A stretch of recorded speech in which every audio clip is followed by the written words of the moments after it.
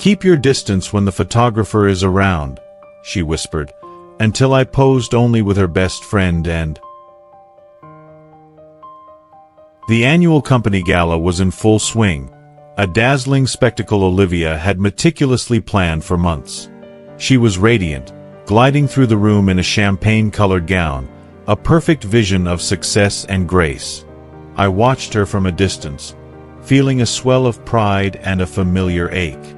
I finally managed to intercept her near the bar, seizing a moment when the CEO was momentarily distracted.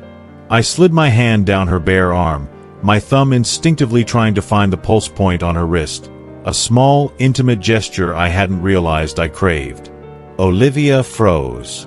Not obviously, but I felt the micro-tension in her muscles. Her eyes flicked past my shoulder, scanning the room. Then she leaned in, her voice a low, silky whisper that was far colder than it sounded. "Keep your distance when the photographer is around," she hissed softly. "This isn't a high school dance, James. It's not professional." She gently, almost imperceptibly, pulled her arm away, adjusting the clasp of her bracelet with a focused intensity that made the whole interaction look like a casual equipment check. The words didn't ignite anger, but something far more devastating: emptiness. It was a recurring theme. A gentle squeeze of my hand during a friend's dinner that was immediately released. A lean-in for a quick kiss that was subtly dodged with a sudden need to check her phone. The constant, underlying message was clear: our connection is for private consumption only, and even then, sparsely.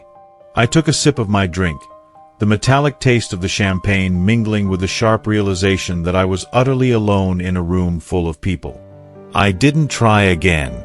I retreated into myself, watching her brilliant performance from the safety of my self-imposed solitude.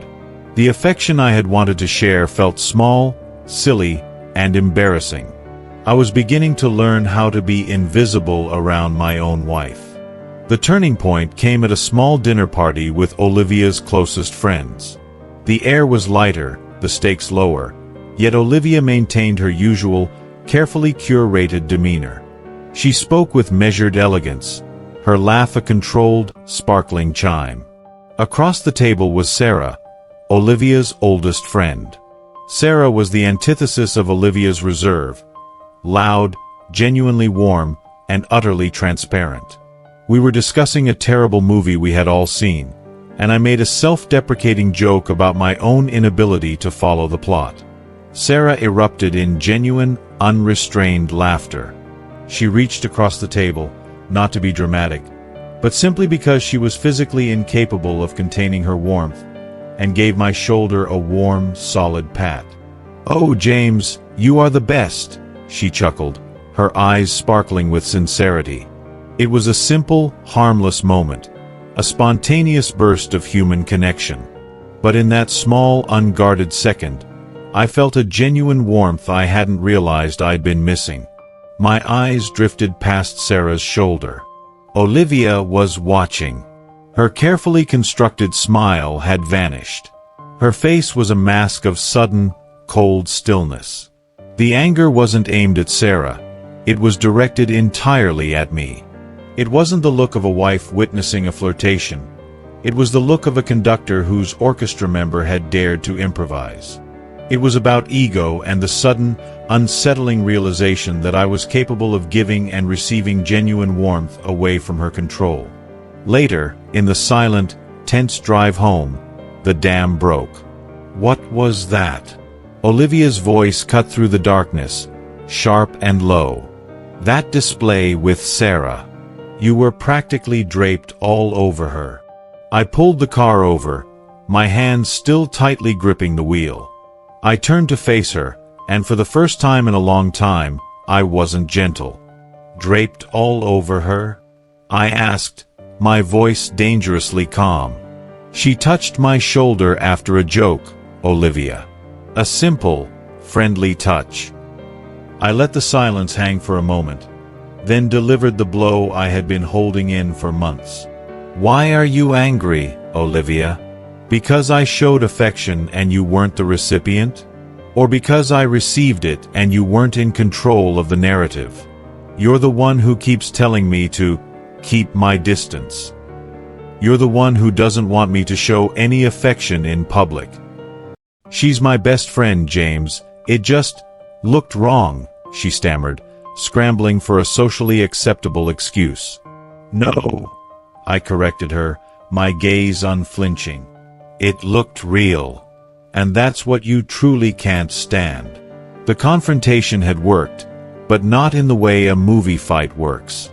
Olivia began to try.